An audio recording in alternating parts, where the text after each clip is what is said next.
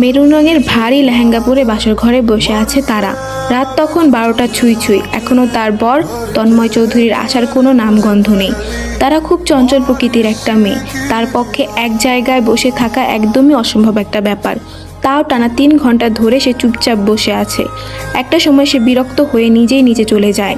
নিচে গিয়ে দেখে এখনও কেউ ঘুমায়নি। তন্ময়ের বাবা মা চাচা চাচি মিলে কথা বলছে। তারাকে দেখে তার শাশুড়ি আমেনা বেগম এগিয়ে এসে জিজ্ঞেস করেন, মা তুমি এখানে কি করছো? তন্ময় কি রুমে যায়নি?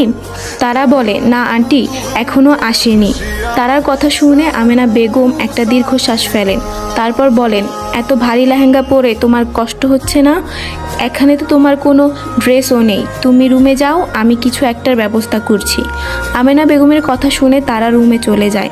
কিছুক্ষণ পর আমেনা বেগম একটা লাল রঙের শাড়ি নিয়ে আসে তারার কাছে আর বলে, শাড়িটা পরে নাও মা, আর তন্ময়কে আমি পাঠিয়ে দিচ্ছি রুমে। বুঝতেই তো পারছো এত কিছু মানতে ওর কষ্ট হচ্ছে। তারাও ভালো মেয়ের মতো মাথা নাড়িয়ে আচ্ছা বলে। আমিনা বেগম রুম থেকে যাওয়ার পর তারা রুমের দরজা লাগিয়ে দিয়ে শাড়ি হাতে নিয়ে দাঁড়িয়ে থাকে আর মনে মনে বলে, এই শাড়িটারই তো আমি পরতেই পারি না, আর কখনো পরিও নি। এখন কি হবে, কি করব আমি? শালার আমার ব্যাড লাকটাই খারাপ। কখনো কি কেউ শুনেছে বিয়ে খেতে এসে নিজেই বউ হয়ে গেছে? কি আজব কাহিনী না হলো আজকে। অতীত। বাবার বন্ধু জসিম খানের মেয়ের বিয়েতে যাওয়ার জন্য তৈরি হচ্ছে তারা। তারার বাবার ছোটবেলার বন্ধু হচ্ছে জসিম খান। তার একমাত্র মেয়ে আয়রা খান। আয়রার থেকে তারা 3 বছরের ছোট। তাদের বাবারা বন্ধু হলেও তারা ছিল চরম শত্রুর মতো। একজন আরেকজনকে সহ্য করতে পারত না।